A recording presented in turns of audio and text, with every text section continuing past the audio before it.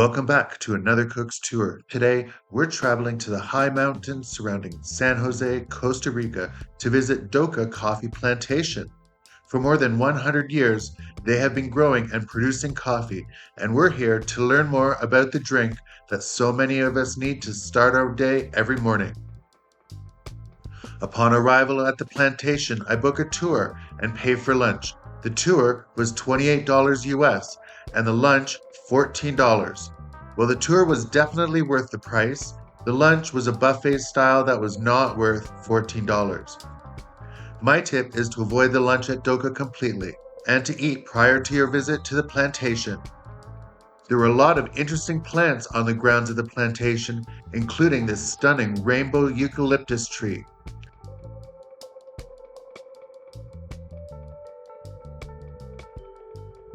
Also on the grounds was a butterfly habitat.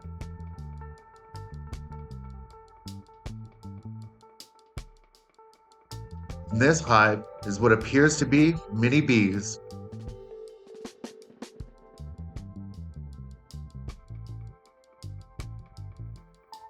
As luck would have it, I was the only person booking the tour at the time, and I ended up with a private tour. My guide took me on a very thorough and informative journey through the process of growing the coffee plants that produce the delicious Arabic variety coffee. It starts with sprouts that they call little soldiers because they look like they're wearing helmets, and also because Costa Rica doesn't have an army. Once the sprouts are large enough, they're planted in the grounds in rows, where they begin to grow under the hot Costa Rican sun, until they begin to produce enough coffee berries, the fruit that contains the coffee beans, which is usually when the tree is around 3 years old. The coffee trees begin producing coffee berries when they're about 2 years old, as seen here with this little tree, but the berries aren't commercially harvested until the tree is around 3 years old. They'll then produce beans until the tree is about 25 years old, and that's when they're cut down to make room for the next generation of coffee trees. Small white flowers first appear on the coffee tree as blossoms, and it takes between 7 to 8 months for the flowers to become a harvestable berry. A coffee berry has an outer skin with a flesh that's similar to a plum, and when that's removed, the coffee beans are exposed. Think of it as the pit of a plum, and that's the part we consume when we drink the coffee. Most of the coffee berries have 2 beans in the cherry, but some of the coffee beans only have 1 bean, which are called pea berries. Pea berry coffee isn't its own type of coffee, but rather a mutation of regular coffee bean, with roughly 5% of the beans on the tree being pea berry. Here are some experimental trees the coffee plantation is growing to see if the plantation soil is suitable for these varieties, including the famous geisha coffee plant. Geisha coffee is some of the most expensive coffee in the world due to the plant's low yield and the sweet taste of its coffee. The workers who harvest the coffee bean on this farm are from Nicaragua, and they come to Costa Rica to work because they can make more money during the few months of coffee harvest than they can all year in their home country. They bring their whole families and live in small houses built around the plantation. The workers wear one of these baskets, called a cajuela, around their waist, as they move from tree to tree picking the ripe coffee beans. A full cajuela of coffee berries weighs 12 kilos, or about 25 pounds, and this will earn the worker $3. From that 12 kilograms of coffee berries, only about 2.5 kilograms, or 5 pounds of coffee is produced. This was the traditional coffee cart that was pulled by donkeys, which the foreman would fill with the coffee berries.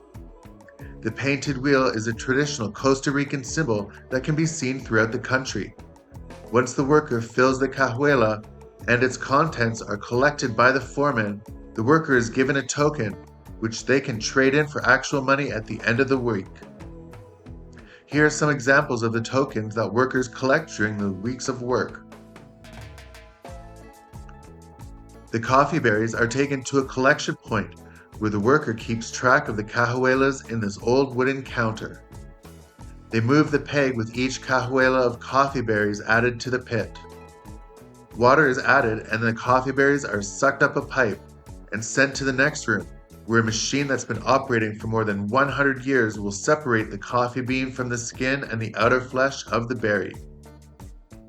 This machine was made by the John Gordon Company of London, and it's powered using water from a nearby river, which would move the gears that spin the grinders.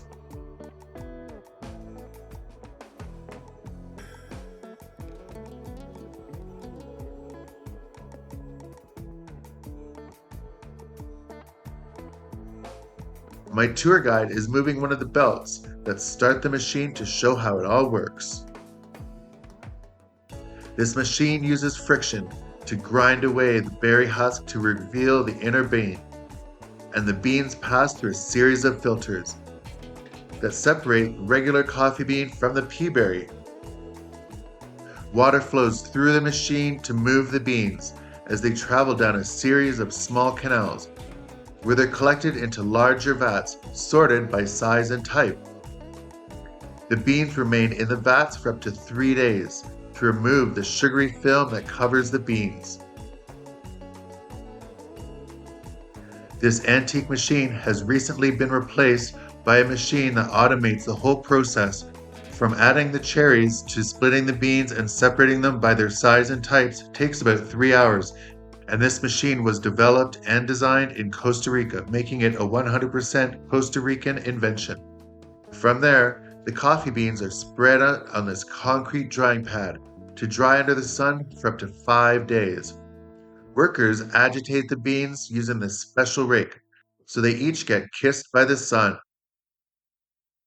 The coffee beans are still covered by an outer shell, which they call a parchment, and that isn't removed until the coffee beans are sold to the distributor or roasted by the plantation for their own line of coffees.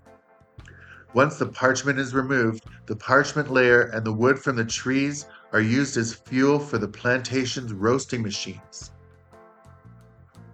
We're now in a room full of sacks of coffees. Each of these sacks is around 40 kilograms, or about 90 pounds. But at this point, they still have the parchment kept on to protect the coffee beans from pests and damage. This machine is designed to remove the parchment from the beans, and now the beans are ready to be roasted. Coffee companies buy sacks of coffee beans and roast the coffee themselves to their brand specification. DOKA roasts its own beans, but they don't sell unroasted beans to any other company. Their coffee is available in the gift shop at the plantation or via online sales. These are the roasting machines that roast the beans for the plantations, and the roasting times for each roast from dark to light and their cooking temperatures.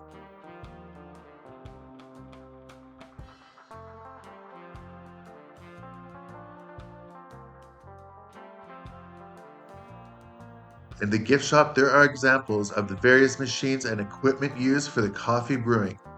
Everybody seems to have their own preferred method of brewing coffee, and the spectrum varies from fancy machines using wasteful pods to a more organic and sustainable method with a coffee filter hanging from a wooden base, or a French press known as a bottle. Winding through the mountains on the way back to San Jose, we pass many small batches of land where coffee is grown by the locals, who take advantage of the rich soil and tropical climate to grow coffee to supplement their income. From large fields to small gardens, every patch of land here seems to be devoted to the production of coffee.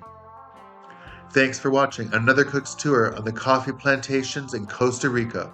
Please give the video a like, comment below, and subscribe to the channel, and hit the bell icon so you're notified when we upload another video. Until then, I'll continue the search for the perfect meal.